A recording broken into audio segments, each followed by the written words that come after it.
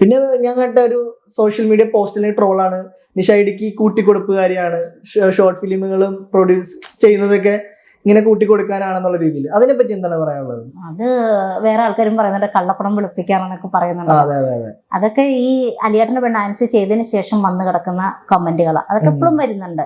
നമ്മള് മൈൻഡ് ചെയ്യാറില്ല. അല്ല, അത് അതിന് പ്രതികരിക്കാറില്ല. ഇപ്പൊ ഇവര് ഇതുപോലെ ചിലത് ഞാൻ പ്രതികരിക്കാറുണ്ടല്ലോ. ആ ഞാൻ എന്നെ അങ്ങനെയൊക്കെ പറയുമ്പോൾ ഞാൻ ചിലർക്ക് ഞാൻ പ്രതികരിക്കാറുണ്ട്. ഞാൻ അന്നേരം അവരോട് പറയണം, നിങ്ങൾ തെളിവ് സഹിതം നിങ്ങൾ അടുത്ത പോലീസ് സ്റ്റേഷനിൽ കംപ്ലൈന്റ് കൊടുത്തോളൂ. ഞാൻ അങ്ങനെ ചിലര് പറയാറുണ്ട്. ഒരുപാട് നമ്മുടെ ഫാമിലി കാര്യങ്ങളൊക്കെ, എന്റെ ഫാമിലി ഞാൻ ഇന്ന് വരെ ഞാൻ പുറത്ത് പറഞ്ഞിട്ടില്ല, പറയാറുമില്ല. എന്നിട്ട് പോലും ഫേക്ക് ഐഡിയിൽ നിന്നൊക്കെ വന്നിട്ട് ഫാമിലിയെ കുറിച്ചൊക്കെ പറയുന്നുണ്ട്. അപ്പോഴും ഞാൻ പറയാം, നിങ്ങൾ ഒന്നെങ്കിൽ നിങ്ങൾ സ്റ്റേഷനിൽ പറയുക, അല്ലെങ്കിൽ എന്റെ ഫാമിലി എന്താണെന്ന് അറിയിച്ച് മനസ്സിലാക്കിയിട്ട് സംസാരിക്കുക. അപ്പൊ യഥാർത്ഥത്തില് ഫാമിലി ഇടുക്കിയിലാണ്. ആരൊക്കെ ഉണ്ട് ശരിക്കും വീട്ടില്? വീട്ടില് കുട്ടികളുണ്ട്, ഹസ്ബൻഡ് ഉണ്ട്, അച്ഛനുണ്ട്, അമ്മയും എല്ലാവരും ഉണ്ട്. ചേച്ചിയുണ്ട്, ബ്രദറൊക്കെ കാക്കനാട് താമസിക്കുന്ന, അനിയത്തി. മക്കളെന്താ ചെയ്യുന്നത്? എന്റെയാ പഠിക്കുന്ന കുട്ടികള്. എത്രയിലാ? കുട്ടികളാ, ചെറിയ കുട്ടികളാ. ഇപ്പൊ തൽക്കാലം പറഞ്ഞ ഫാമിലി ഒന്നും പറയില്ല ഞാൻ, കാരണം ഫാമിലി പറഞ്ഞ ശരി. അല്ല, ഇവരൊക്കെ സപ്പോർട്ടാണോ ചേച്ചിയുടെ ഒരു കരിയറിൽ? അതെ, കാരണം കുട്ടികളെന്ന് പറയുമ്പോഴത്തേക്ക് എന്റെ ചേച്ചിയുടെ കുട്ടികള്, എന്റെ കുട്ടികള്, ആങ്ങളുടെ കുട്ടികള് ഏകദേശം എല്ലാവരും ഒരേ ഏജ് കാര്യങ്ങളൊക്കെ ആയിട്ട്. അവരെല്ലാം അവിടെയാണോ സെറ്റിൽഡ്, അതോ ചേച്ചിയുടെ കൂടെ ഇവിടെ ഉണ്ടോ? അല്ല, അവരവിടെ ഇടുക്കിയിലാണ്. പക്ഷെ ഫാമിലി പറയാതെന്ന് വെച്ചാൽ ഞാൻ സോഷ്യൽ മീഡിയ അയക്കുന്നു, എനിക്കും ഏകദേശം ചില സമയത്തൊക്കെ തെറിവിളിയൊക്കെ ഉണ്ടാവാറുണ്ട്. അപ്പം അത് കുട്ടികളിലേക്ക് ചെല്ലരുത് ഒരിക്കലും. അതുകൊണ്ട് കുട്ടികളെ ഞാൻ ആർക്കും പരിചയപ്പെടുത്താൻ തയ്യാറാണ്. അത് നല്ലൊരു കാര്യം. കാരണം അവരെന്നും ഹൈഡ് ആയിട്ടിരിക്കട്ടെ.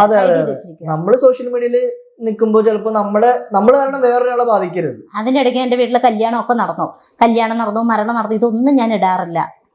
ഈ അടുത്തിടയ്ക്കൊക്കെ മരണമൊക്കെ നടന്നു, പക്ഷെ അതിൻ്റെ ഇടയ്ക്ക് കല്യാണം, ജനനം ഇതെല്ലാം നടക്കുന്നുണ്ട്. പക്ഷെ ഞാൻ ഇടയില്ലാത്തനുസരിച്ച് നമ്മുടെ ഫാമിലി ആരാണെന്ന് മനസ്സിലാവും. അങ്ങനെ എനിക്ക് താല്പര്യമില്ല. ഇവരൊക്കെ നിങ്ങളുടെ നാട്ടിൽ വന്നിട്ടുണ്ടോ? ഇപ്പൊ നിങ്ങളുടെ സുഹൃത്തുക്കൾ, സോഷ്യൽ മീഡിയ സുഹൃത്തുക്കൾ? ഇല്ല, വന്നിട്ടില്ല. ഞാൻ വിളിക്കാറുണ്ട് ഇടുക്കിയിലൊക്കെ, കാരണം നമ്മുടെ വീടിന്റെ അടുത്ത് വനമൊക്കെ ഉണ്ട്. പിന്നെ നല്ലൊരു ടൂറിസ്റ്റ് പ്ലേസ് ഒക്കെ ഉണ്ട്, ഭയങ്കര വലിയ മുറങ്ങിട്ടിപ്പാറ എന്നൊക്കെ പറഞ്ഞിട്ട്. അപ്പൊ അവിടെ അതെ അതെ അതെ അപ്പൊ അവിടെയൊക്കെ കാണാനൊക്കെ നല്ല രസമൊക്കെ ഉണ്ട്. ഞാൻ പറഞ്ഞതാ. നിഷ ഇടുക്കിന്ന് പേരിലുള്ളതുകൊണ്ട് ചോദിക്കാം, ഇടുക്കിയുടെ വികസന കാര്യങ്ങളൊക്കെ എങ്ങനെയുണ്ട്? ഇപ്പം നമ്മുടെ മന്ത്രി കുഴപ്പമില്ലാന്ന് തോന്നുന്നു. കാരണം വഴിയൊക്കെ നല്ല, പിന്നെ കുറച്ചായിട്ടൊക്കെ ഇച്ചിരി പൊട്ടിപ്പൊളിഞ്ഞ് കിടക്കുന്ന, വികസനത്തിന് കുഴപ്പമൊന്നുമില്ല. കാരണം നമുക്ക് ഇപ്പൊ എല്ലാം തന്നെ സ്കൂളുകളാണല്ലോ ഹൈടെക് വന്നു. കാരണം ഞാനൊക്കെ പഠിച്ചോണ്ടിരുന്നപ്പോ ട്രൈബൽ സ്കൂളിലാണ് പഠിച്ചിരുന്നേ. ഇപ്പൊ ഹൈടെക് കാര്യങ്ങളൊക്കെ ആയിട്ടുണ്ട്. കാരണം ഞാനൊക്കെ നടന്നു പോയി പഠിച്ച 5 കിലോമീറ്റർ. അറിയാലോ, ഞാൻ ആദിവാസിയാണ്. ഞങ്ങൾക്കൊരു ഊരാണ്, അതിൽ നിന്നാണ്. അപ്പൊ 5 കിലോമീറ്റർ ബസ് സ്റ്റോപ്പില്ല, സ്കൂളിലേക്ക്. അന്ന് അങ്ങോട്ട് ബസ് ഇല്ല. ഇന്നാണ് ഇപ്പൊ ബസ്സൊക്കെ ആയി, KSRTC ഒക്കെ ആയി, 1-2 പ്രൈവറ്റ് ഒക്കെ കയറി വരുന്നുണ്ട്. അപ്പൊ നല്ല വളവും തിരിവും എന്തായാലും ഹൈടെക് ആയി, ഇപ്പൊ വാഹനങ്ങളായി, ഇപ്പൊ നല്ല സൗകര്യം കാര്യങ്ങളൊക്കെ.